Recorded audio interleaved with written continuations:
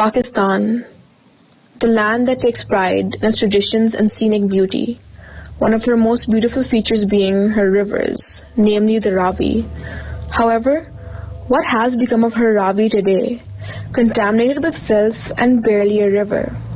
The slow yet painful deterioration of the river Ravi has impacted the livelihood of the nation's people, allowing them to succumb to life-threatening diseases.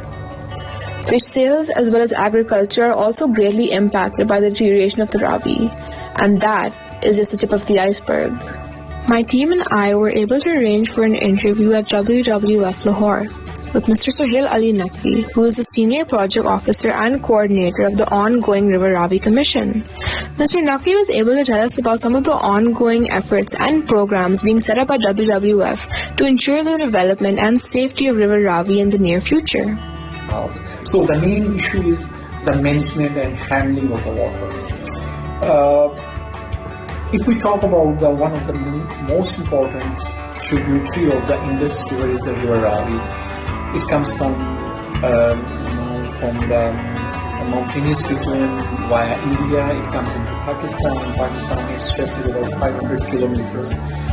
If we talk about in 1970s, the annual flow or the average flow in the River Ravi was more than 1 million acre feet. But with the passage of time in 1990s and in 2000, India constructed a dam, Thames Dam. After that, they have just controlled the water, and now only a few thousand cubics of the water is flowing in the river Ravi. The Indus River dolphin is historically found in all 5 rivers, including the Ravi. However, the deterioration of the river has led to a decrease in the population. In fact, traces of metals were found within the bodies of these dolphins when tissue samples were taken by members of WWF.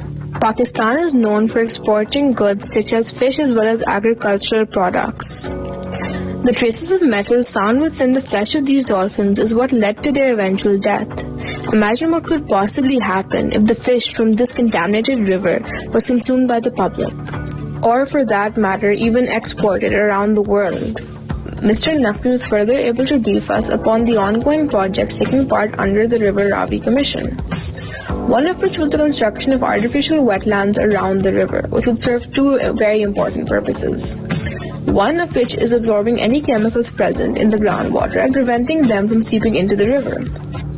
The other being the wetland's capacity to soak up any excess water present, thus preventing any future flooding from taking place. Mr. Naqvi was able to brief us upon something known as the Water Stewardship Program. It is a program initiated by the WWF that is followed by small and medium enterprises as well as large companies such as Coca-Cola and Levi's. The factories of these companies are responsible for the water they use to manufacture their products. They are to effectively treat their waste before releasing it into the river. These companies are also responsible for collaborating with WWF and planting water pumps in areas across the country where they are most needed. The goal of our project is to educate society regarding the issue at hand. The message within the project stands to convince and encourage people to view our nation as a treasure it is and to take care of this valuable treasure.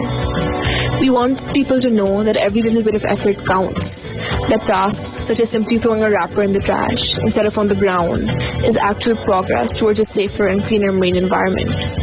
We aim to make our youth understand the importance of our message and the importance to pass on such a message to future generations. We wish to paint a clear picture for them, showing them the outcome of their efforts as well as the outcome without their efforts.